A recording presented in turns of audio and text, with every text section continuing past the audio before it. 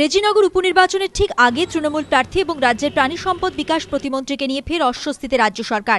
হুমায়ুন কবিরের বিরুদ্ধে ফোনে অপহরণ ও প্রাণনাশের মতো গুরুতর অভিযোগ প্রাথমিকভাবে মেনে নিলেন মুর্শিদাবাদের পুলিশ সুপার। অভিযোগকারীকে নিরাপত্তা দেওয়ার নির্দেশ কলকাতা হাইকোর্টের। সম্প্রতি হুমায়ুন কবিরের বিরুদ্ধে ফোনে অপহরণ ও প্রাণনাশের মতো গুরুতর অভিযোগ তোলেন জনৈক সন্তু সিংহ। বহরমপুর থানায় অভিযোগও দায়ের করেন তিনি, কিন্তু পুলিশ কোনো ব্যবস্থা নেয়নি। এই অভিযোগে হাইকোর্টের দ্বারস্থ হন সন্তু। এই মামলার প্রেক্ষিতে অভিযোগের সপক্ষে নথি পেশ করার নির্দেশ দেয় আদালত। বিচারপতি দীপঙ্কর দত্তর এজলাসে সন্তু সিংহের আইনজীবীরা তাঁর মোবাইলের কল ডিটেলস ও ফোনে মন্ত্রীর হুমকির রেকর্ডিং এর সিডি জমা দেন। কল ডিটেলস ও সিডি পরীক্ষার পর রিপোর্ট জমা দেওয়ার জন্য মুর্শিদাবাদের পুলিশ সুপারকে নির্দেশ দেন বিচারপতি।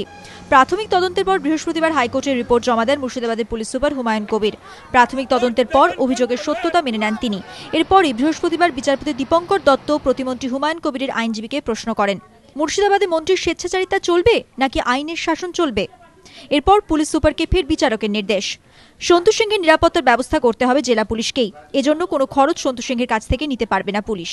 তবে এই মামলার শুনানি বিচারপতি দীপঙ্কর দত্তের এজলাসেই চলবে। ধ্রুবজ্যোতি প্রামাণিকের রিপোর্ট, এবিপি আনন্দ, কলকাতা।